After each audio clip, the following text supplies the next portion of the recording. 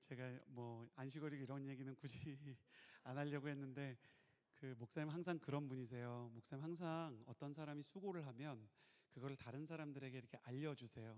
특히 목사님께서 오랫동안 선교사님들을 후원하시고 선교본부에서 본부장님을 하셨는데, 선교사님들이 제일 좋아하고 또 선교사님들을 가장 많이 보호하신 목사님으로, 제가 이제 본부장 회의에 막내로 참여하면서 이렇게 뵐 때나 아니면 그 선교사님들에게 들을 때나 실제로 그렇습니다. 도요카 목사님께서 부르셨기 때문에 제가 안식월인 것을 숨기고 일부러 가겠다 그랬어요. 왜냐하면 도요카 목사님이 항상 볼 때마다 격려해 주셨기 때문에 은혜의 빚을 한번 갚아야 되겠다고 생각했거든요. 이번 한 번으로 갚을 수 없겠지만 초청해 주신 목사님께 정말 감사드립니다. 그리고 여기에 오고 싶었던 이유가 두 개 더 있는데, 한 가지는 이 교회를 처음 이제 건축을 하고 이제 완공을 할 때쯤에 위임 목사님께서 좀 그런 마음이 있으세요. 교회에 좋은 일이 있고 또 아름다운 예배당이 세워지면 이제 본부장 목사님들을 다 데리고 가가지고 이렇게 구경을 시켜주시거든요. 근데 그때 이 교회가 노아의 방주 컨셉으로 지어졌다는 얘기를 쭉 하면서, 여기에 그래서 많은 사람들이 와서 은혜 받는 구원의 방주가 돼야 된다고 막 열정적으로 얘기하시고, 여기 반드시 부흥할 거라고 그런 얘기를 하셨어요. 근데 그 교회가 완공이 되고 이제 예배가 열리고 이제 성도님들이 모입니다. 그럴 때는 처음에는 당연히 사람이 많지 않았는데, 시간이 흐르면서 영종훈누리교회가 부흥한다는 얘기가 서빙고 양재에도 계속 들려오는 거예요. 얼마나 마음이 좋고 기뻐요. 그래서 정말 거기 꼭 가봤으면 좋겠다라고 생각을 했는데, 특별히 차세대도 많이 온다는 거예요. 그러고 나서 여기에 다시 꼭 와가지고 성도님들과 함께 예배드리면 너무 좋겠다라고 생각을 하고, 다음 세대와 그리고 차세대 대학 청년부에 큰 은혜가 있었으면 좋겠다고 생각했는데, 구조상 정말 특이한 것 중에 하나가 잠옷실이 앞쪽에 있네요. 너무너무 의미 있는 거라고 생각해요. 어린아이들이 가장 예수님께 가까이 오는 것 같은. 그래서 아까도 막 이렇게 기도하고 그러는데 막 떠드는 아이들인데 너무 행복한 거예요. 왜냐면 제가 그렇게 교회에서 엄마에 의해 강제로 위력에 의해 이끌려 이렇게 교회에 와서 수요예배나 금요예배 때 저기 인질처럼 잠옷실에 감금되었던 역사가 있거든요. 그래서 저 아이들을 보면 정말 축복했어요. 너무 많이 떠들지 않았으면 좋겠다라고 축복하는 건, 전 떠드는 건 너무 예쁜데 제 경험상 교회가 자기 집인 것처럼 너무 떠들고 편하게 생각하면 목사가 되기 때문에 아이들이 그렇게까지는 안 됐으면 좋겠다고 생각하지만, 아이들 웃음소리가 끊어지지 않는 교회가 됐으면 좋겠다, 또 그런 생각이 들고 더 큰 부흥과 은혜가 이 교회에 가득할 줄을 믿습니다. 또 한 가지 이유는 이제 제치훈 목사님, 찬양 인도하시는 목사님이 계신데, 우리 제치훈 목사님이랑 제가 이스라엘을 2번 다녀왔습니다. 근데 제치훈 목사님이요, 이스라엘 성지 순례에 진짜 권위자인 거 아세요? 여러분, 영종온누리 교회가요, 저 중동 땅의 지정학적인 리스크가 다 이제 잦아들고 전쟁이 끝나고 평화의 시대가 오면 꼭 같이 가보시기를 권해요. 저희 청년들이 같이 간 사람들은 제치훈 목사님보다 제치훈 선교사님으로 기억을 하죠. 이제 이스라엘의 선교를 잘 아시고 너무 사랑하시는 분이셔서, 이 이스라엘의 성지순례에 대해서 가이드를 하고 저희를 인도해 주시면 너무 은혜가 되는 분인데, 정말 많이 배우고 정말 많이 도전을 받았던 분이셔서, 여기 도육한 목사님도 계시고 제치훈 선교사님도 계시고, 그리고 앞으로 목사 될지도 모르는 아이들도 이렇게 있고 교회가 부흥한다 그래서 그 기쁨을 나누기 위해서 왔습니다. 제가 여기 와서 여러분들에게 큰 도움이 될 수 있을지 모르지만 분명한 게 있습니다. 그거는 저와 여러분 사이에 공통의 목표가 있다는 겁니다. 여러분, 축구팀이 잘 돌아가기 위해서는 목표 의식이 명확해야 됩니다. 골이 들어가야 되는 거죠. 내가 골을 넣지 않더라도 누군가, 내 동료가 우리 팀이 골을 넣어야 승리를 하는 것이라는 목표는 변하지 않는 겁니다. 기업이 잘 되려면 개개인이 자신의 승진을 떠나서 우리 회사가 좋은 이익을 내고 그 사업이 잘 되기를 바라는 공통의 목표가 있어야 되는 거죠.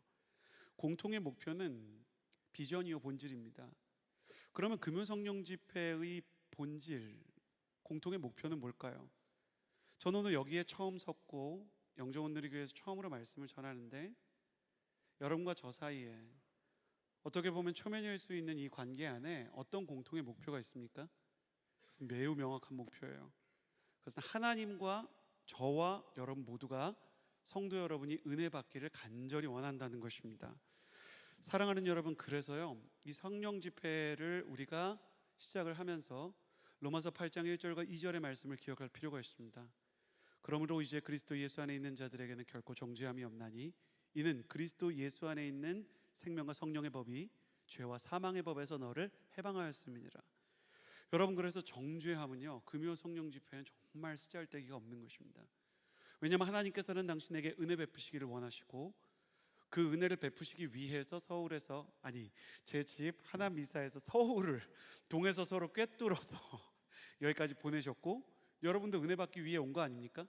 하나님도 여러분이 은혜 받기를 바라고, 목회자도 여러분이 은혜 받기를 바라고, 성도 여러분 스스로도 은혜 받기를 원하는데, 그러면 하나님과 목회자와 여러분이 원팀이라면 이것을 누가 깨뜨릴 수 있고 이 목표에 무슨 다른 게 있겠어요? 그래서 오늘 은혜 받을 수 없다, 오늘 이 기도 가운데 아무의 일이 일어날 수 없다, 오늘 내가 말씀을 듣는 것에 있어서 어떠한 유익도 누릴 수 없다 라고 우리의 마음을 자꾸만 회방하는 모든 사단의 세력에 그 거짓말과 사슬은 끊어져 나갈 줄을 믿습니다. 사랑하는 여러분, 여러분이 금요일 날마다 여기서 모여서 성령 집회를 할 때 실제로 성령과 생명의 법이 죄와 사망에서 여러분을 해방하고 여러분의 가정이 겪고 있는 모든 고난과 아픔과 영적인 침체와 걱정과 염려, 여러분이 가지고 있는 모든 우울과 불안으로부터 여러분을 자유케 하는 승리와 역전과 은혜의 역사가 여러분의 인생 가운데 다시 쓰여지기를 예수님의 이름으로 축복합니다. 할렐루야. 주님께서 여러분에게 은혜를 주실 것입니다. 이것이 하나님의 뜻이에요. 옆 사람에게 이렇게 인사해 주시겠어요? 하나님께서 우리에게 은혜를 주실 것입니다. 하나님 정말 그러길 원했어요. 다시 한번 앞뒤로도 이렇게 인사해 주시겠어요? 하나님께서 당신에게 은혜 베푸시기를 원하십니다. 할렐루야. 오늘 그 말씀을 가지고, 그 기대를 가지고 여러분과 함께 성경의 말씀을 나누고자 합니다. 역설적으로 은혜의 자리에서 나는 은혜 받을 수 없을 거야 라는 이중적인 마음을 가지고 있었던 사람의 얘기예요. 가장 큰 은혜, 가장 큰 임재가 자신의 눈앞에 있었지만 그는 은혜와 임재와 기적을 향해 걸어가면서도 자기 자신의 삶에 어떠한 개선도 역전도 일어나지 못할 것이라는 이중적인 불신앙과 의심을 가지고 있었던 사람입니다. 그는 오늘 마가복음 9장에 기록된 한 아버지입니다. 성경은 이 아버지의 직업에 대해서 기록하고 있지 않습니다. 아내가 살았는지 죽었는지, 자녀가 몇 명인지를 기록하고 있지 않습니다. 다만 성경이 기록하고 있는 것은 그에게 아들이 하나 있었어요. 근데 이 아들이 귀신이 들렸다는 겁니다. 자기가 목숨보다 사랑하는 아들이 이상한 행동을 하기 시작해서 처음에는 좀 목류병이거나 아니면 조금 이렇게 애가 더위를 먹었나? 그 정도로 생각을 했는데, 거품을 물고 쓰러져 발작을 하는 것을 넘어서 불과 물에 들어가려고 하고 하나님을 저주하고 그리고 영적으로 어두운 기색을 띠는 것을 보고 아버지는 사랑하는 아들을 고치기 위해서 불철주야 백방을 뛰기 시작합니다. 의원에게 갔는데, 여러분 의사한테 갔는데 그래도 진단이 나오면 좀 안심이 돼요. 근데 왜 그러는지 모르겠다, 왜 당신이 아픈지 모르겠다 그러면 현대인들도 마음이 정말 괴롭거든요. 근데 온갖 병원을 다 가봤을 거예요. 지금으로 치면 처음엔 동네 병원을 갔을 것이고, 그 다음에는 대학병원을 갔는데도 진단이 안 나오고, 그 다음에는 삼성병원이나 아산병원처럼 4차 병원까지 갔는데 진단이 안 나와요. 그래서 이 사람이 은사가 있는 제사장과 예언자들에게 가보니까 이 당신의 아들은 귀신 들렸다라고 얘기하는 거예요. 예수님께서 이것에 대해서 부정하지 않으시는 걸로 봐서 이 아이는 실제로 귀신 들린 게 맞았던 것 같아요. 여러분, 귀신 들린 사람 본 적 있으세요? 저는 어린 시절에 귀신 들린 사람을 본 적이 있어요. 저랑 몇 살 차이 안 나는 같은 교회 동생한테 귀신이 들어갔어요. 이 귀신이 들어간 것과 정신병과 차이점에 대해서 저도 아직 명확하게 다는 모르지만, 그때 당시에 저한테 기준이 세워진 것 중에 하나는 얘가 아주 어렸거든요. 초등학교도 들어가지 않은 7살짜리 애인데요, 얘가 7살짜리 애가 예수님과 요셉과 마리아, 그 예수님의 부모를 저주하는 거예요. 얼마나 무섭던지요. 밤에 애가 할 만한 말이 아니에요. 너무너무 무서운데, 옛날 교회에는 좀 낭만이 있었어요. 그래서 어떤 게 있었냐면, 애가 좀 귀신 들린 것 같다, 영적인 문제가 생긴 것 같다, 그러니까 교회 권사님들이랑 기도 많이 하시는 분들이 싹 모였어요. 한국 교회에 좀 그런 낭만이 있던 시대가 있어요. 어떤 집에 질병이 있고 어떤 집에 귀신이 들렸다 그러면 이렇게 모여가지고 5분 대기조처럼 이렇게 모이던 그런 시대. 이런 겉면이 좀 조심스럽습니다만 전 영종훈 누리교회가 문화적으로는 세련된 교회지만 영적으로는 낭만 있는 교회가 되기를 예수님의 이름으로 축복합니다. 기도할 사람이 있으면 달려가서 기도해주고 중보기도하고 영적인 싸움을 함께 치러주는, 그래서 기도를 하는데 그 집에 가서 제가 이제 자고 있었기 때문에, 이제 밤이었기 때문에 이제 나가기도 그렇고 뭐 갈 데도 없으니까요. 저도 이제 어리니까. 저희는 이제 방 안에 들어가 있었어요. 멀쩡한 애들은 두 명이 이제 방 안에 들어가 있는데, 그 혹시 신앙생활을 한 30년 이상 하신 분 계세요? 한번 손 들어 보시겠어요? 나 신앙생활 30년 이상 했습니다. 그 옛날부터 교회에 내려오는 그 근거 없는 얘기인데 되게 설득력 있게 들리는 말 중에 하나가 그런 얘기가 있는데 혹시 아세요? 귀신이 이렇게 축기를 내서 나가면 그 중에 제일 믿음 없는 사람한테 들어갈 수 있다는. 근데 제가 보니까 그날 밤에 온 권사님들 믿음이 다 좋아요. 딱 보니까 멀쩡한 초등학생 2명 있는데 얘 아니면 나한테 들어갈 것 같은 거예요. 그래서 저희가 뭐 성령 충만도 모르고 축기도 모르지만 간절히 밤에 기도하기 시작했어요. 밤을 새서 기도하기를 단 하나의 기도 제목, 나한테 안 들어오게 하여 주옵소서. 얘한테 들어가게. 그렇게까지 말 안 하지만 하나님, 나는 아니면 안 됩니다. 너무 무섭습니다. 하룻밤 안에 그 귀신이 쫓겨나가고 아이가 멀쩡해졌고요. 저한테는 그게 잊혀지지 않는 영적인 사건이 됐어요. 하룻밤만 해도 한 교회가 뒤집혀질 정도로 그게 큰 사건이었는데, 이게 시간이 오래 걸리면서 이 아버지 입장에서는 자기 아들 얘기니까 너무너무 힘들었을 거예요. 그래서 이 사람이 마지막 소망을 다 쥐어짜서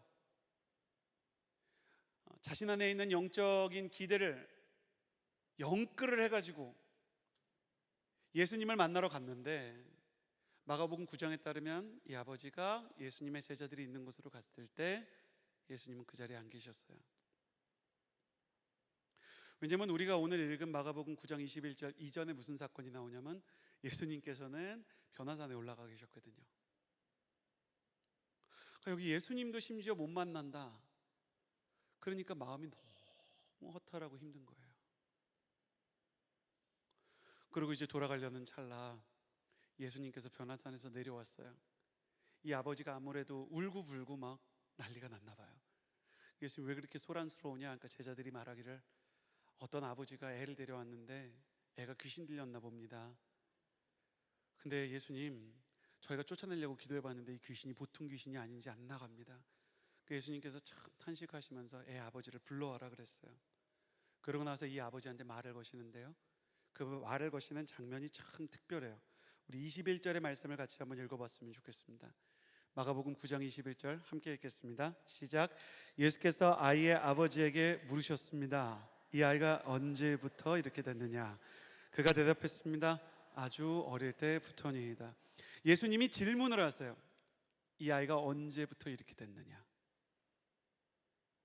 사랑하는 성도 여러분, 예수님이 뭘 몰라서 질문하는 때가 있으실까요? 예수님이 이 아이가 언제부터 이렇게 귀신 들렸는지를 진짜 몰라서 물어보실까요? 예수님은 모르시는 게 없어요. 그런데 이렇게 복음서를 보면 종종 질문을 하세요. 제가 이걸 신학을 배우기 전까지는 이해를 못했어요. 왜 다 아시면서 물어보실까? 근데 예수님이 왜 물어보시는지에 대해서 구약학자였던 김중훈 총장님이 성서학자로서 이런 대답을 해주신 게 기억에 남아요. 때로 질문은 질문하는 사람이 몰라서 물어보는 게 아니라 그 사람이 그 상황을 어떻게 받아들이는지를, 그 사람이 그 겪고 있는 문제를 어떻게 느끼는지에 대해서 스스로 파악하기 위해서 필요하다는 거예요. 예수님이 질문을 하면 예수님한테 중요한 게 아니라 이 사람한테 중요해요. 이 사람이 예수님의 질문에 답변을 하다 보면 그 사람이 가지고 있는 영적인 문제와 한계가 다 드러나게 돼 있는 거예요. 언제부터 이렇게 됐느냐? 그러니까 이 사람이 뭐라고 대답을 하냐면 아주 어릴 때부터입니다. 그러면서 지나간 시간이 주마등처럼 막 지나가는 거예요. 여기서 아주 어릴 때부터니다를 이스라엘의 메시아닉 주들, 예수 믿는 그 랍비들과 이스라엘의 목회자들이 최소한 5년에서 10년 된 문제였을 것이다 이렇게 얘기해요. 그리고 이 5년과 10년의 시간을 생각하는 동안 아버지의 마음은 힘들었던 그 시간에 의해 자신이 겪었던 수많은 절망과 실패와 상처의 나이테가 하나하나 떠오르게 되는 것이에요. 미국의 한 명문대학교에서 심리학과 교수가 컵을 들고 대학생들한테 물어봤어요. 이 컵의 무게가 얼마나 되겠습니까? 그러니까 학생들이 막 대답을 하죠. 300g입니다. 500g입니다. 교수님이 그렇습니다. 여러분이 말한 거 정도 될 겁니다. 300g이든 500g이든 이거는 3살짜리 4살짜리 애도 들 수 있습니다. 저한테는 눈에 넣어도 아프지 않은 딸이 하나 있는데, 눈에 넣으면 아플 것 같아요. 눈에 넣으면 아플 것 같은데 딸이 있어요. 근데 제가 어릴 때부터 그 딸한테 물 떠오라고 하는 거를 자꾸 시켰어요. 귀찮아서 시킨 게 아니라 애가 그 아빠한테 물을 떠오는 거를 좋아했거든요. 왜냐면 제가 너무 기뻐하고 막 떠올 때마다 우리 딸 너무 예쁘다 막 이러니까 애가 막 한방 웃음을 짓고 막 이렇게 뒤뚱뒤뚱 걸어오는 거예요. 3살 때 막 물이 흐르기도 하고 그래도 애가 아주 어릴 때부터 이 물컵을 드는 거는 어려운 일이 아니었어요. 자, 왜 이 이야기를 하는가 잘 들어보세요. 이거 분명히 가볍잖아요. 그렇죠? 근데 여러분 한번 생각해 봅시다. 이 가벼운 물컵을 안 내려놓고 계속 들고 있는다고 생각해 보세요. 12시간, 24시간, 36시간, 48시간, 72시간 들고 있으면 어떻게 될까요? 굉장히 가벼운 건데, 여러분 한 72시간 정도 들고 있으면 잘못하면 팔 불구될 수 있어요. 최악의 경우 근섬유가 다 끊어지고요, 관절이 다 망가질 수 있다는 거예요. 이 조그마한 물컵 무게 때문에. 그러면서 심리학 교수가 무슨 얘기를 하냐면요, 여러분 이게 20세기의 심리학자들이 발견한 가장 큰 발견 중에 하나입니다. 뭐냐면 문제와 고난의 크기와 무게가 사람을 망가뜨리는 게 아니고요, 문제와 고난의 크기가 작아도 그걸 오래 들고 있으면 문제가 될 수 있고 망가질 수 있다는 거예요. 2차 세계대전이 끝나기 전까지 사람들에게 트라우마라는 단어는 큰 문제의 상흔만을 얘기했어요. 그러니까 어떤 사람이 이혼을 했다, 사별을 했다, 사업이 실패를 했다, 심각한 질병에 걸렸다, 이렇게 문제의 크기가 커야 그 사람이 우울증이 걸리고 공황장애가 걸린다고 생각했단 말이에요. 만약에 그 얘기가 맞다면 실제로 문제가 크면 그런 게 생길 수 있지만 그게 전방위적으로 전 사회적으로 맞다 그러면 선진국보다 후진국의 우울증과 공황장애가 훨씬 많아야 돼요. 거기가 살기 훨씬 힘드니까. 근데 여러분 다 아시겠지만 후진국과 개발도상국의 우울증과 그리고 공황장애와 수면장애가 많아요? 아니면 선진국에 더 많아요? 선진국에 많아요. 그래서 20세기 중반까지만 해도 사람들이 어떻게 생각했냐면, 이거는 아마 21세기 이렇게 들어오면서 사람들이 무슨 생각을 했냐면, 이거는 아마 이 사람들이 진단을 안 해서 그럴 뿐 알고 보면 우울증 환자가 많을 거야. 그래서 되게 많은 실험을 했거든요. 막 1000명 단위, 10,000명 단위로 해봤는데 그렇게 해봐도 선진국에 더 많은 거예요. 그래서 왜 그런가를 봤더니 개발도상국은 문제나 고난이 빨리 해결되는 경향이 좀 있어요. 그래도. 그래서 우리 막 경제가 우리나라 70년대, 80년대 생각해보면 먹고 살기 힘든 나라였지만 점점 빨리빨리 경제가 좋아지던 시기가 있었잖아요. 근데 요즘에는 그때만큼 경제가 성장한다는 건 정말 어려운 일이잖아요. 그러면서 어떤 일이 생기냐면 사람들한테 개발도상국, 후진국만큼 큰 문제는 아닌데 작은 문제가 해결이 안 되고 계속 사람들한테 얹혀지는 거예요. 그러면서 무슨 얘기를 하냐면, 여러분 작은 문제를 오랫동안 해결하지 못하면 당신의 영혼과 마음이 병들 수 있다는 걸 기억하고 20대가 돼서 이 미국을 살아가야 됩니다 라는 얘기를 그 사람이 했다는 거예요. 저는 그 얘기를 들으면서 신앙이 똑같다는 생각을 했어요. 우리는 고난의 크기가 커서 어떤 사람의 믿음이 부러진다고 생각을 해요. 믿음이라는 어떤 테이블이 있는데 거기 너무 무거운 고난이 얹어지면 그냥 테이블이 부러지는 것처럼 믿음이 부러진다고 생각한다고요. 근데 온누리교회에서 목회자로 살면서 그 이전에 성도로서 신앙생활을 모태신앙으로부터 쭉 하면서 보니까 큰 고난을 만나지 않아도 주님 떠나는 사람이 있어요, 없어요? 신앙이 갑자기 코로나 이후에 부러져 버리는 사람이 있다는 거예요. 그리고 마음이 병들고 이혼을 한 것도 아니고 자식이 죽은 것도 아니고 암에 걸린 것도 아닌데 어떤 사람이 갑자기 우울증도 걸리고 낙심도 제대로 하는 말이죠. 이 모든 문제를 예수님께서 무슨 질문 하나에 담았냐면 언제부터 이렇게 됐느냐 물어보는 거예요. 여러분, 시간 앞에 장사가 없어요. 시간 앞에 장사가 없다니까요. 암이 걸리지 않아도 팔이 잘 움직이지 않는데 이게 오래되기 시작하면 우울하고 힘들기 시작하는 거예요. 남편을 위해서 기도해요. 이 남편이 예수님을 믿고 돌아오게 하여 주옵소서. 그러고 나서 정말 뜨겁게 기도합니다. 여러분, 온누리교회에서 제일 뜨거운 기도에 2개만 뽑으라 그러면 뭔지 아세요? 하나, 도저히 뛰어넘을 수 없는 수능 기도예요. 수능 기도회. 그거 못 뛰어넘습니다. 수능 기도회 때는요, 여러분, 각성제 마시면서 학부모들이 기도해요. 바카스 마시고 몬스터 마시고 핫식스 먹으면서 기도해요. 그리고 목회자의 설교 문장이 끝나기 전에 아멘해요. 하나님께서 여러분의 자녀를 아멘. 아직 얘기 안 했는데 부정적인 얘기하면 어떡하려고. 그리고 그 다음에 뜨거운 기도가 어디예요? 마리아 행전이 뜨거워요. 여러분, 마리아 행전 가본 집사님, 권사님 계세요? 마리아 행전 가봤다. 많이 가보셨네요. 마리아 행전 가면은 다 무슨 색 옷 입어요? 나중에 한번 남자들도요, 시험 삼아 영적인 경험 삼아 마리아 행전 한번 가보세요. 놀라운 경험을 하는데 흰 옷 입은 여자 몇천 명을 볼 수 있어요. 그 흰 옷 입은 여자 몇천 명이 이렇게 기도하는 장면은 주님이 오셨나 이런 착각을 불러일으킬 만큼 장엄하다 그럴까요? 뭐 영적으로 뭐랄까 결기가 느껴져요. 그리고 기도를 하는데 대부분 어떻게 기도를 하시냐면, 주님, 제가 너무 죄인입니다. 저를 불쌍히 여겨주옵소서. 이 여종의 부족함 때문에 우리 아이들이 예수님을 떠났습니다.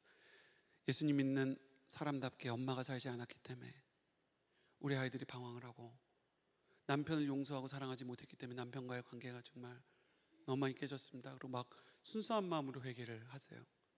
제가 지금 장로님 앉아 계시는 조밴 1열에 그 무전기를 끼고 AD라고 그 앞쪽에 있는 그 예배 스텝으로 있는데, 뒤에서 기도하는 그 엄마들의 회개하는 소리가 너무 가슴이 아파서 우리 엄마도 이렇게 기도했을까? 눈물이 나는 거예요. 그러고 나서 서빙고 3층에서 2층으로 내려가는데 놀라운 걸 경험했어요. 그 기도가 끝나고 내려오는 엄마 중에 어떤 분이 전화를 하면서, 엄마가 학원 가라 그랬지. 그러니까 방금 전까지 예수님 믿는 사람답게 못 살았다 그러고 2층으로 내려오면서, 그리고 1층으로 내려오면서 더 놀라운, 나는 그 어머니가 너무 놀라워서 이렇게 쳐다보는데 1층에서 다시 뭐라는지 아세요? 믿음을 한시도 지키지 못하는 저를 또, 그러니까 3층에서 신령했다가 2층에서 세상적이어졌다가 다시 1층에서 회개를 하는, 이게 막 마음이 이리로 저리로 흔들리는 거예요. 나는 옛날에 그걸 이해를 못했어요. 근데 여러분, 그분만 그래요? 여기 계시는 분들 저를 좀 보세요. 금요 성령 집회에 오실 정도면 기도할 작정을 하고 오셨겠죠. 그리고 기도의 많은 부분 중에 하나는 자식에 대한, 남편에 대한, 가정과 시댁과 친정에 대한, 혹은 질병에 대한 기도일 거예요. 근데 특히 남편, 특히 아내, 특히 자녀를 위해서 기도할 때요, 이 기도가 오래되잖아요. 그러니까 얘가 막 아주 그냥 망나니 수준은 아니고 무슨 마약하고 전과 일으키고 이런 애는 아닌데, 물컵만큼 짜증나게 하는 뭔가가 있어요. 교회를 가뭄에 콩나듯이 간다든지, 말을 할 때마다 엄마 자존심을 긁는다든지, 남편이 아내를 무시한다든지, 코로나 이후로는 나는 혼자서 신앙생활 잘해 뭐 이런 소리를 한다든지. 그럼 우리가 기도할 때는 여기서 어떻게 기도해요? 이따 금요일 우리 여기서 다 기도할 때 어떻게 기도하냐? 하나님 변화시켜 주실 줄 믿습니다. 그리고 집에 가서 남편 얼굴을 보면 어때요? 이 인간이 변할까? 이게 너무 오래 들고 있는 물컵이니까 어깨가 부러져 버린 거예요. 우리 애가 방황한 지가 너무 오래됐으니까 얘가 하나님이 귀하게 쓰시는 믿음의 사람이 되고 비전의 사람이 될 거라고 생각하지만, 그러나 집에 와서 얘를 보니까 또 게임을 하고 있고, 또 학원을 안 갔고, 또 방 안에 틀에 박혀가지고 엄마를 원망하고 아빠를 원망하고, 애가 아주 부정적이고 우울한 걸 보면 내 믿음이 연약해지는 거예요. 그래서 이 아버지가 뭐라고 얘기를 하느냐, 22절을 보면 이 아버지가 영적인 증상을 스스로 이야기를 합니다. 22절의 말씀입니다. 같이 읽겠습니다. 시작. 귀신이 아이를 죽이려고 여러 번 불 속에 내던지고 물 속에도 빠뜨렸습니다. 그러나 선생님께서 어떻게든 하실 수 있다면 제발 우리를 불쌍히 여기시고 도와주십시오. 이 아버지가 뭐라고 얘기하느냐, 하실 수 있다면 도와주십시오. 예수님 앞에 와서 이 아버지가 진실하게 솔직하게 그 마음의 영적인 수준이 그냥 그 밑바닥에 다 드러나 버린 게 뭐라 그러냐면, 예수님 앞에서 혹시 이거 하실 수 있으면 좀 도와주세요. 그러니까 이 말 안에는 이게 고쳐질 수도 있고 안 고쳐질 수도 있겠죠. 제가 지금 기도를 하지만 얘가 나을 수도 있고 안 나을 수도 있겠죠. 어떻게 알겠어요? 오늘이 그날인지 내가 어떻게 믿겠어요? 우리도 기도를 할 때는 그렇게 기도를 할 때가 있는 거예요. 저는 목회자로서 살면서 오살리 기도원도 가보고 갈멜산 기도원도 가보고 강남금식 기도원도 가보고, 지금 생각해보니까 다 엄마한테 끌려갔네요. 끌려갔어요. 끌려가서 기도를 하면서 보면, 여러분 영혼 없이 기도 오래 하는 거 혹시 해보셨어요? 그 영혼 없이 오래 기도하는 게 되더라니까요. 저도 나중에 가니까 어떻게 되냐면, 기도가 그렇게 되는 거예요. 하나님 아버지, 저와 아버지의 관계가 좋아지게 하여 주시고 하나님의 놀라운 성령의 역사가 임하게 하여 주옵소서. 그러니까 뭔가 간절하게 하는 것 같아요. 기도를 굉장히 오래 한 사람처럼 해요. 그리고 길게 하고 뜨겁게도 해요. 그런데 내 마음속에 진짜 믿음이 있냐?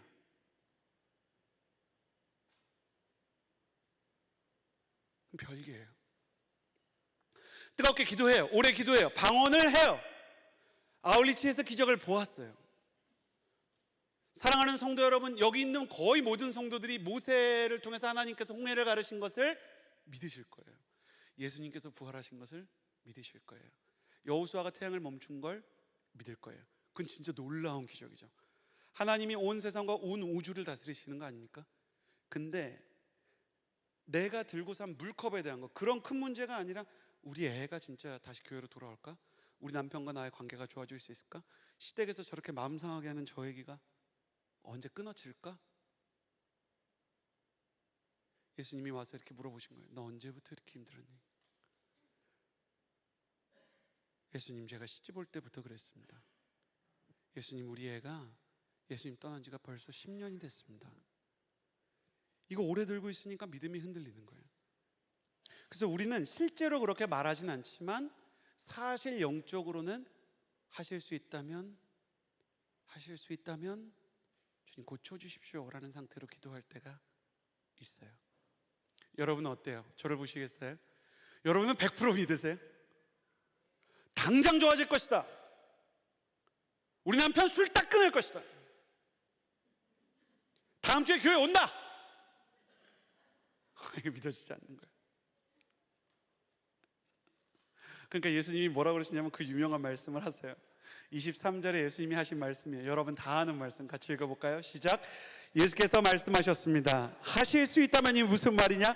믿는 사람에게는 모든 일이 가능하다. 이거는 격려하는 말씀이 아니에요. 혼내는 거예요. 하실 수 있다면? 그게 무슨 말이야?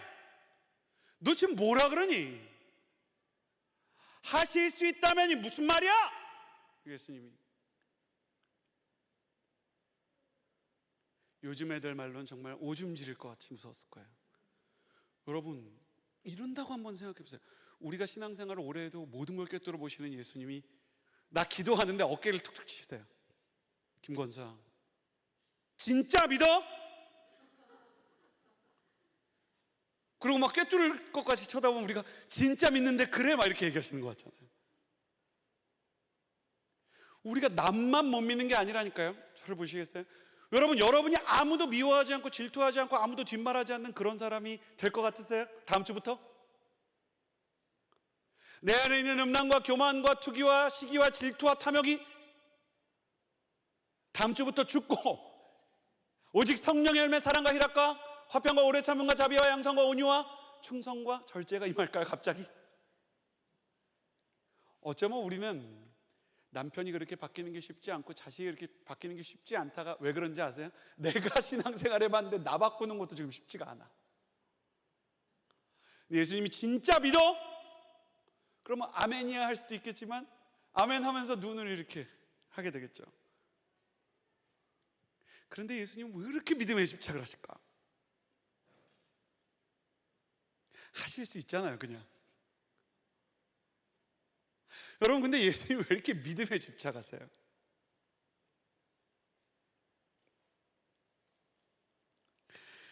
저는 의사 선생님들과 대화를 하다가 이 믿음의 비밀에 대해서 알게 됐어요. 여러분, 예수님께서는 스스로를 의원에 비유하셨어요. 사람을 고치고 회복시키시는 분이신데, 명의의 조건은 크게 두 가지가 반드시 있어야 돼요. 첫 번째는 진단을 잘해야 돼요. 두 번째는 치료가 돼야 돼요. 진단이 잘 돼야 치료도 잘 되는 거예요. 여러분, 이러면 우리가 이제 어렵잖아요. 만약에 우리가 정말 이렇게 의사 선생님으로부터 폐암이 걸렸습니다. 근데 지금 고칠 수 있습니다. 수술하시죠. 그래서 동의하고 수술했어요. 그런데 의사 선생님이 수술 잘 됐나요? 잘 됐습니다. 어떻게 됐나요? 네, 위 절제 수술 끝났습니다. 그럼 황당하잖아요. 열어보니까 위암이더라고요. 이러면 당황스럽죠. 우리는 진단이 제대로 되지 않은 치료를 불안하게 느껴요. 예수님께서 명의로서 지금 이 아버지의 뭐를 진단하고 있냐면, 이 아버지의 지금 질병의 요인은 시간에 의해서 이 사람이 하나님에 대한 소망과 믿음이 다 녹슬어 버린 거예요. 여러분, 이게요, 전문 용어로는 학습된 절망이라고 부르는데, 이 아버지만의 얘기가 아니라 혈루병 앓는 여인이 몇 회의 혈루병 앓았어요? 12회 앓았죠. 베데스다 연못가에 있었던 중풍병자는 30 몇 년? 38년. 성경은 그 사람들이 이름이 뭐였는지 직업이 뭐였는지 기록하지 않아요. 그 DSLR 카메라처럼 배경을 확 날리는, 성경은 그런 방식으로 이제 사건을 쓸 때가 있는데, 중요한 정보만 남겨서 거기에 집중해서 묵상하라고 우리한테 주는 거예요. 근데 보니까 예수님이 보실 때 사람의 믿음을 갉아먹고 하나님과의 관계가 부서지는 것은 시간에 의해서 그렇다는 것을 진단을 한 거예요. 그러니까 이 사람이 당연히 이제 마음이 어려우니까 그렇게 얘기를 했는데, 왜 다시 주님이 그 믿음을 고쳐야 돼 라고 얘기를 하시는가? 자, 진단이 있고 수술이 있어요. 그 사이에 뭐가 있는지 아세요? 어떤 예수님이 정확한 진단을 했다고 합시다. 너한테 지금 너의 영혼에, 너의 가정에 병이 들어있어 라고 주님께서 진단을 했어요. 그 예수님 치료를 하시면 되는데, 그 중간에 왜 믿음을 그렇게 찾으시느냐? 믿음은 동의이기 때문에 그래요. 저를 따라해 주시겠어요? 영적인 세계에서 주님께서 질병을 치료하실 때 우리의 믿음은 영적인 동의의 의미가 있다. 영적인 동의의 의미가 있다. 그럼 동의가 뭐냐? 예수님이 진단을 하셨어요. 내가 이 문제를 고쳐줄 거야. 그리고 수술할 거야. 근데 그 사이에 의사 선생님이 꼭 하는 거 있죠. 서류를 가져와서 수술에 당신이 동의해야 내가 수술할 겁니다. 너가 나한테 수술 받겠다는 의지를 보여야 돼. 너 동의해? 내가 가서 너의 영혼을 진짜 고칠 수 있는 의사인가 믿어? 너 나한테 너의 아들을 맡길 거야? 내가 너를 고칠 건데 네가 믿음이 없으면 우리는 이 수술 서류에 동의를 안 한 셈이 되는 거야. 그러면 할 수가 없는 거야. 여러분, 아무리 수술의 명의가 있어도 환자의 동의가 없으면 그건 수술이 안 되는 거예요. 어떤 청년이 똑똑하니까 물어보더라고요. 목사님, 근데요, 제가 보니까 어떤 사람은 의식불명이라 그냥 응급수술을 하던데요, 그때는 누구의 동의를 받냐면 가족의 동의를 받아요. 그걸 우리가 중보기도라고 부르는 거예요. 믿음이 필요하다. 네가 동의해야 돼. 내가 고칠 수 있다는 걸 너가 동의해야 돼. 내가 이 아이의 인생에 개입해서 고칠 것에 대해서 너가 믿어야 돼. 그 과정은 아플 수도 있어. 여러분, 예수님께서 어떤 가정을 고치실 땐 수술처럼, 여러분, 사람이 수술실 실려갈 때 불안해요, 안 불안해요? 불안하죠. 배를 열 때 그게 위험해요, 안 위험해요? 위험하죠. 그런 일이 일어나요. 우리 아이의 인생에 개입을 하기 시작하면 영적인 일이 일어나고, 막 어둠의 영과의 전쟁이 일어날 수도 있고, 그 갈등이 더 커질 수도 있고, 가정을 위해서 중보기도를 하고 기도를 쌓는데 오히려 가정에는 사단 마귀가 날뛰므로 인해서 가정에 더 큰 어려움과 더 큰 문제가 생기기도 한단 말이에요. 그때도 주님이 그럼에도 불구하고 너 끝까지 나를 믿고 갈 거야? 이 수술의 과정을 나한테 맡길 거야? 물어보시는 거예요. 사랑하는 여러분, 주님께서는 준비가 되셨어요. 나는 여러분의 마음 가운데 오늘 말씀을 들으면서 주님께 여러분의 가정과 여러분의 다음 세대와 영종 온누리교회를 주님의 수술대 위에, 주님의 손 위에, 주님의 생명의 손길 위에 동의함으로 올려드리는 믿음이 있게 되기를 예수님의 이름으로 축복합니다. 근데 문제는 뭐냐면, 이 아버지가 지금 믿음이 온전해요, 온전하지가 않아요? 온전하지 않아요. 온전하지가 않아요.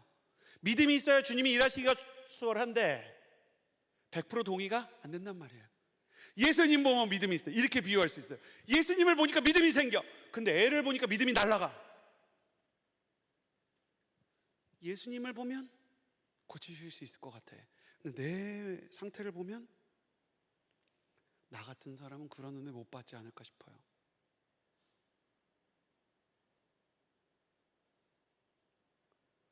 여러분, 지금 저는 계속 영적인 예수님의 말씀의 진단을 여러분과 공유하고 있어요. 만약에 여러분이 나는 믿음 100%다, 그럼 이 말씀이랑 여러분이랑 아무 상관없는 거예요. 근데 여러분이 이 말씀을 들으면서 예수님을 보면 믿음이 있는데 우리 애를 보면, 우리 가정을 보면, 지나간 내 상처를 보면 믿음이 없고, 질병을 보면 믿음이 없다, 그럼 이게 여러분을 위한 말씀이에요. 그리고 그런 건 또 믿어져요. 도육한 목사님한테는 하나님이 해주실 것 같아. 이재훈 목사님한테는 해주실 것 같아. 근데 나한테는 안 해주실 것 같아. 난 죄가 많고, 나는 믿음이 없으니까. 그럼 이 아버지가 어떻게 해야 될까요? 예수님한테 지금 혼쭐이 났잖아요. 저 같았으면 바로 어쩌면 도망갈 생각을 했을지도 몰라요. 그리고 제가 묵상을 해봤어요. 도망갔겠다, 이 정도면 무서워서. 근데 이 아버지가 도망을 안 가요. 왜 안 가냐? 여기 엄마 아빠인 분들, 나에게 자녀가 있다는 분들 한번 손 들어보세요. 자녀가 있다. 맞아요. 손 내려보세요. 여러분, 늑대가 곰이랑 1대1로 붙으면 도저히 살 수 없거든요. 대신 늑대가 곰보다 빠르기 때문에 도망치면 그만이에요. 늑대는 곰과 싸우지 않아요. 도망갑니다.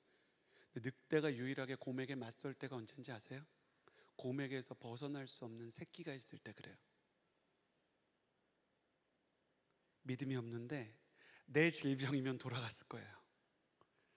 근데 우리 아들이 예수님을 만날 수 있는 마지막 날일 수 있는데 내가 그렇게 할 수가 없는 거예요.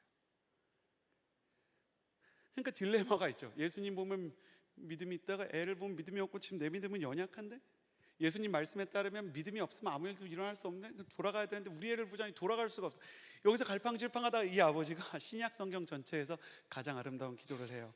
여러분, 오늘 설교를 기억 못해도 좋아요. 근데 이 기도문을 여러분 따라하세요. 이 아이의 아버지가 예수님께 한 말이에요. 마가복음 9장 24절의 말씀을 같이 한번 읽어보도록 합시다. 함께 읽겠습니다. 시작. 그러자 곧 아이의 아버지가 소리쳤습니다. 내가 믿습니다. 믿음이 부족한 나를 도와주십시오. 내가 믿습니다. 믿음이 부족한 나를 도와주십시오. 그랬대요. 자, 내가 믿습니다부터 같이 해볼까요? 시작. 내가 믿습니다. 믿음이 부족한 나를 도와주십시오. 이 무슨 뜻이냐면, 주님, 제가 믿기를 원합니다. 근데 제가 믿음이 없거든요. 예수님 보면 믿음이 있는데 얘를 보면 갑자기 믿음이 없어지거든요. 예수님 보면 믿음이 있는데 지나간 시간을 보니까 믿음이 없거든요. 기도할 때 분명히 우리 가정 달라질 거라고 아멘 했는데 마음이 흔들리거든요. 상처되는 말이 탁 찾아오면 하나님 말씀이 기억이 안 나고, 그 상처되는 시누이의 말, 시어머니의 말, 며느리의 말이 생각이 나거든요. 남편이 나를 쳐다보는 그 싸늘한 눈빛이 주님의 시선보다 어떤 때 더 나한테 와닿거든요. 근데 주님 믿냐고 물어보시니까 제가 보니까 제가 믿음이 없어요. 근데 제가 믿고 싶어요. 그러니까 믿음이 없는 걸 좀 도와주세요. 그래요. 여기서 놀라운 일이 일어나는데요. 예수님이 이 기도를 듣고 더 혼내거나 더 요구하지 않으셨어요. 이거는 저의 묵상이에요. 예수님 이 지점에서 웃으셨을 거예요. 미소를 지으셨을 거예요. 그래, 기도는 그렇게 하는 거야.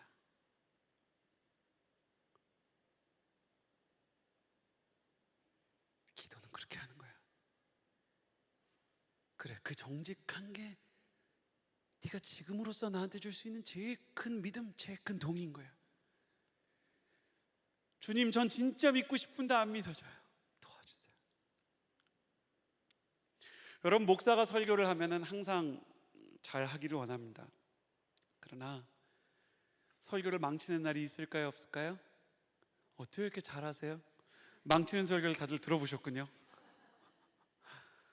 여러분, 저는 2006년부터 대학 청년부 사역을 했기 때문에 군대를 갔다 온 거를 빼면 18년을 대학 청년부 교육자로 살았어요. 대학 청년부 설교가 성인 설교랑 뭐가 다른지 아세요?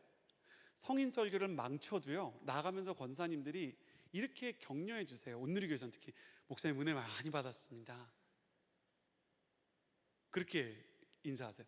근데 청년들은 은혜 많이 안 받았는데 많이 받았다고 하지 않아요. 그리고 설교를 듣는 동안 내가 설교를 망치고 있다는 확신을 줘요. 그거 어떻게 하냐면 애들이 동물원에 있는 미어캣 마냥 설교가 무슨 말인지 모르고 막 삼촌 보러 가자, 전혀 뭐 공감도 안 되고 이러면 애들이 그 옆 사람한테 심지어 말 걸어요. 무슨 말인지 알겠어? 막 이렇게 물어봐요. 어느 날 보니까 완전히 제가 설교하고 있는 그날 청년부 예배가 그냥 동물원이에요. 다 확신이 들어. 나 오늘 망쳤구나. 여러분, 설교할 일이 없으니까 잘 모르시죠? 우리 재치윤 목사님은 제 마음 이해하실라나 모르겠어요. 설교를 망치면 집에 빨리 가고 싶어요, 주일날. 근데 온누리교회 대학 청년부는 보통, 영종 온누리교회도 그럴 것 같은데, 순모임을 예배 끝나고 그냥 주일날 하거든요. 그러니까 예배가 끝난 너무 설교를 망치니까 성도들한테 인사를 하러 가고 싶지가 않아. 너무 죄송스러워. 그래서 몸 아프다고 거짓말하고, 목사가 세상에 거짓말을 하고 집으로 도망치는 거예요. 오늘은 그냥 수면제 먹고 자고 싶은 날이야. 날 깨우지 말아줘, 찾지 말아줘. 근데 더 비참한 게 뭐냐면 우리 임원들이 있어요. MC라고 이제 청년부 회장, 부회장 이런 애들이라고 생각하면 돼요. 이게 회장이 사주를 해가지고 뭘 하냐면 같은 날 같은 시에 오늘 말씀 특히 좋았다는 문자가 1시에 오는 거예요, 여러 명한테.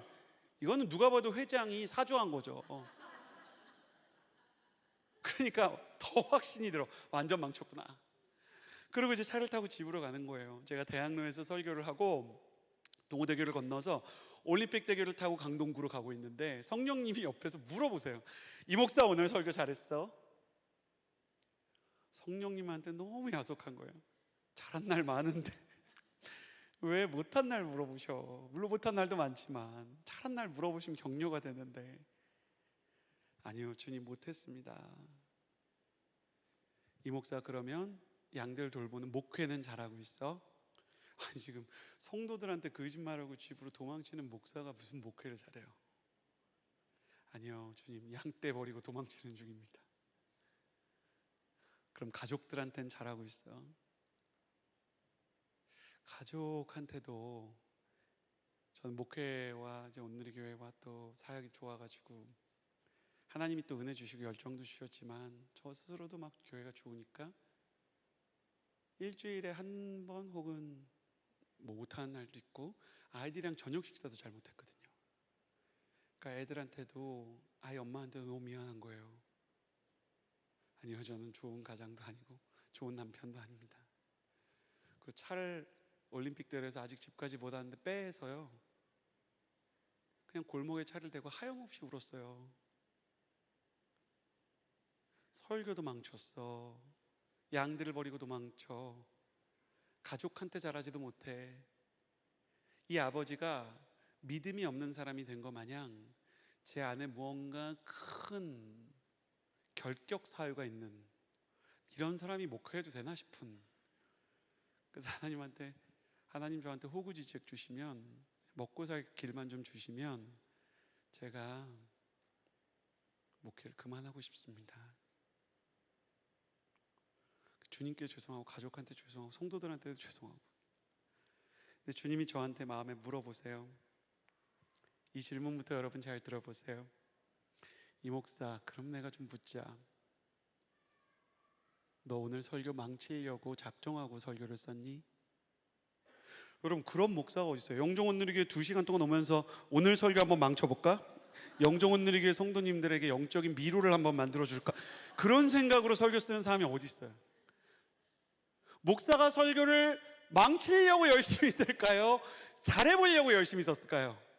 잘해보려고 썼잖아요. 당연하잖아요. 그래서 목사님들이 설교를 이렇게 잘 못했을 때 너무 뭐라 그러면 안 돼요. 다 잘해보려고 그런 거지. 그래서 제가 잘하려고 그랬죠. 주님 잘해보려고 그랬죠. 그때 주님이 하신 말씀을 우리 영종 온누리교회 성도님들께 선물로 드릴게요. 그래, 이 목사야, 넌 잘하려고 그랬지. 근데 잘 안 된 것 뿐이고 난 네가 잘하려고 한 걸 알아. 오늘 금요 성령 집회 오면서 그런 분 계세요? 오늘은 기도를 죽어도 안 하리라. 나의 영혼을 망가뜨려보자. 이 예배가 끝나면 부부싸움을 하자. 우리 애한테 잊혀지지 않을 상처를 주리라. 오늘 예배가 끝나면. 그렇게 작정하고 사는 분 계세요? 영정원 누리기 위해서 섬기면서 순장으로 섬기는 분 중에 순원들한테 한번 시험 들게 순모임 인도해볼까? 뭐 그런 분 계세요? 재치훈 목사님 오늘 찬양 인도하시면서 그런 생각하셨어요? 오늘 찬양을 한번 어렵게 해볼까? 모두 한번 불협화음을 내볼까? 오늘 찬양도 너무 은혜가 됐는데 누가 그렇게 하겠어요? 저와 여러분이 똑같아요. 잘하려고 그랬는데 잘 안 됐어요. 중요한 건 주님이 그 마음을 아신다는 거예요. 여러분 안에, 교회 안에 여전히 미워하는 사람이 있을 수 있어요. 아울리치를 같이 가는 사람이랑 사역하는 스타일, 말하는 스타일, 나누는 스타일 안 맞을 수 있어요. 그 사람 때문에 어려울 수 있어요. 사람의 원수가 집안 식구라고 내 남편이 내 자식이 어떤 때 꼴도 보기 싫을 때가 있어요. 모든 어린아이를 키우는 엄마들의, 요즘 젊은 엄마들의 키워드가 뭔지 아세요? 심지어 엄마들의 죄책감이에요. 애한테 소리를 질러놓고 정신 나간 사람처럼 넌 대체 왜 그러니? 너 엄마 너 때문에 힘든 거 안 보여? 그리고 애가 잠들면 그 잠든 애를 보면서 난 너한테 대체 어떤 엄마일까? 하나님이 너를 나한테 선물처럼 주셨는데 난 널 사랑하면서 왜 이렇게 말할까? 그럴 수 있어요. 여기 계신 남편 중에 아내를 하대하고 함부로 대하고 싶은 사람이 어디 있어요? 어떤 크리스천 남성이 아내한테 상처 주겠다고 작정하고 살겠어요? 잘하려고 하는 마음이 있는데 잘 안 되는 거죠. 기도도 똑같아요. 기도하고 싶어요. 믿음으로 예배하고 싶어요. 뜨겁게 성령 충만하고 싶어요. 근데 안 되는 거예요. 미워하는 사람이 있어요. 근데 주님은 내가 못한 거, 미워하는 거, 화내는 거, 상처 주는 거, 요것도 알고 계시지만 그 전에 사랑하고 싶은 마음이 있는 거, 기도하고 싶은 마음이 있는 거, 예수님과 좋은 관계를 통해 이 가정과 이 교회를 섬기고 싶은 마음이 있는 걸 알아요. 여러분, 동의하는 분만 잘 들어보세요. 내 마음속에 분명히 예수님과 좋은 관계를 맺고 싶고 성령 충만한 마음으로 기도를 하고 싶은 마음이 있으신 분, 잘하고 못하고를 떠나서 그런 마음이 있는 분만 오른손을 가슴에 대보세요. 목사님, 저는 오늘 기도하러 왔어요. 망치려고 온 게 아니라니까요. 저는. 그리고 오른손을 가슴에 댄 채로 내 안에 우리 가정과 내가 사랑하는 사람들을, 그리고 교회에 유익이 되고 덕이 되고 내가 축복의 통로, 내가 가면 분위기가 좋아지고 그리고 상처가 치유되는, 거기까지 아니더라도 조금이라도 뭔가 하나님이 날 통해서 이 가정과 이 교회에 은혜를 흘려보내기 위한 마음이 있는 분 왼손도 가슴에 대보세요. 여러분이 지금 두 손을 마음에 대고 있는 그게 이 마음인 거예요. 주님, 내가 믿고 싶은데 믿어지질 않아요. 믿음이 부족한 나를 도와주십시오. 두 손을 가슴에 얹고 있는 여러분, 여러분 안에 있는 그 마음을 주님이 아세요. 너는 너의 가정을 사랑하는구나. 너는 이 교회를 귀하게 여기는구나. 넌 기도하고 싶어 하는구나. 넌 성령 충만을 경험하기 원하는구나. 잘 안 될 때가 있지? 그럴 수 있어. 그때 나한테 와서 이 아버지처럼 기도해라. 나의 믿음 없음을 도와주옵소서.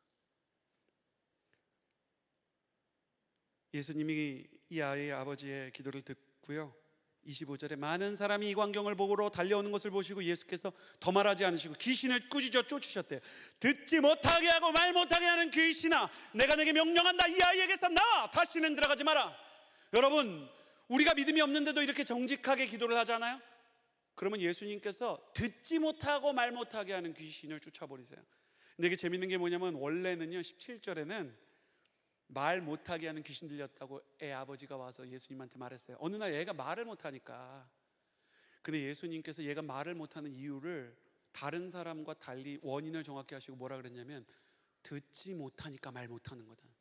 듣지 못하고 말 못하게 하는 귀신아 나와라 그랬어요. 이게 무슨 의미가 있을까요? 우리가 믿음이 연약한데도 불구하고 내 가정을 위해서, 내 인생을 위해서, 교회를 위해서 기도하면, 내가 사랑하는 사람들을 위한 중보 기도는 내가 기도하는 그 사람의 귀를 열어요. 어떤 귀를 여는가? 말씀을 듣는 귀를 열어요. 믿음은 들음에서 나고, 들음은 하나님의 말씀에서 나는데요, 우리 애가 내 기도를 많이 받으면 어느 순간에 목사님의 설교가 애가 들린다니까요. 그리고 그게 들리기 시작하면 애가 뭐 하는지 아세요? 그럼 갑자기 찬양을 하고 믿음의 고백을 하기 시작해요. 사랑하는 여러분, 여러분의 가정에, 영종 온누리 교회에 듣지 못하는 수많은 영적인 기머거리들의 다음 세대의 귀가 열리는 놀라운 역사가 일어나게 될 줄을 믿습니다. 그래서 그 아이들이 찬양하는 것을 보게 될 것이고, 그 아이들이 믿음의 고백을 하는 것을 보게 될 것입니다. 여러분, 그 사건을 여러분에게 예표하듯이 보여준 사건이 뭐예요? 그 얼마 전에 했던 영종 온누리 교회에 그 어린이 찬양 대회 같은 거 하지 않았어요? 보는데 얼마나 귀여운지. 그 스와힐리어로 그 영종 온누리 교회 아이들이 막 그렇게, 그 얼마나 애들이 연습했겠어요. 아마 집에서 아프리카 말 많이 들으셨을 거예요. 그 아이들이 지금은 연습해서 하는데 나중에는 믿음의 고백으로 그렇게 하게 될 거예요. 나는 주님 사랑합니다. 나는 주님을 믿습니다. 하늘에 계신 우리 아버지 이름이 거룩히 여김을 받으시며 나라의 마옵시며. 주기도문이 다, 사도신경이 다 자기의 신앙 고백이 되고 자기의 실제 기도 제목이 되고, 아이들이요 말씀 듣는 귀가 열리면요 그 다음에 기도하는 입이 열리는 거예요. 말씀 못 듣게 하고 기도 못하게 하고 믿음의 말을 못하게 하는 귀신아 떠나라. 할렐루야. 나는 여러분의 가정에 그런 역사가 일어나게 될 줄을 믿습니다. 그리고 예수님께서 그 아이를 일으켜 주시고 애를 고쳐줬다는 얘기예요. 말씀을 정리합니다. 우리를 고통스럽게 하는 것은 언제부터 이렇게 됐느냐? 오래된 시간이에요. 오래된 시간 앞에 서면 모두의 믿음은 작아져요. 그러나 그 작은 믿음 그대로 들고 나가서 주님 믿기 원하는데 안 믿어집니다, 이걸 좀 받아주십시오 하면 주님께서 내가 사랑하는 사람들의 길을 열어주시고 믿음의 고백을 열어주시며 네가 잘하려고 그랬지, 잘 안 됐지만 내가 도와주리라 말씀하여 주신다는 겁니다. 사랑하는 여러분, 저는 여러분의 삶 가운데, 가정 가운데 이 일이 일어나게 될 것을 믿습니다. 이 시간에 같이 기도했으면 좋겠어요.